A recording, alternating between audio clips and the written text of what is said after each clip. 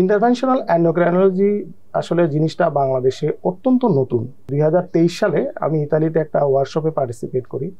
এরপর আমি 2023-2024 আমি বিভিন্ন দেশে প্রায় 6টার উপরে আমি বিভিন্ন জায়গায় ট্রেনিং করি।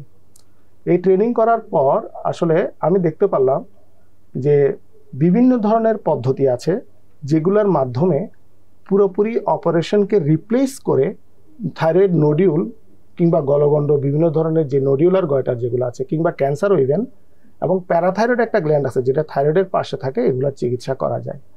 সো 2024 সালের এপ্রিলে আমি আমার একজন শিক্ষক, উনি চায়নার একটা মেডিকেল ইউনিভার্সিটির সিনিয়র প্রফেসর সুহাংশু, ওনাকে আমি আমন্ত্রণ জানাই। আমি চট্টগ্রামেরই ছেলে। তো চট্টগ্রামে আমরা একটা বেসরকারি হাসপাতালে, চট্টগ্রাম ন্যাশনাল হাসপাতাল, ওখানে আমরা আমাদের প্রথম 3টা কেস আসলে আমরা করি। আমরা আসলে ইনিশিয়ালি আসলে আমরা পরীক্ষামূলকভাবেই করেছিলাম। তো পরীক্ষামূলকভাবে করেছিলাম কেন? কারণ ওগুলো আমরা বুঝতে চেয়েছিলাম যে এই চিকিৎসাটা আমাদের দেশের রোগীদের জন্য কতটুকু ফিজিবল, কতটুকু কাজ করে। কারণ আমরা যতগুলো গবেষণাপত্র দেখেছি প্রত্যেকটাতেই দেখেছি যে অত্যন্ত ভালো কাজ করে এবং এটা পুরোপুরি অনেক ক্ষেত্রে সার্জারিকে রিপ্লেস করা সম্ভব।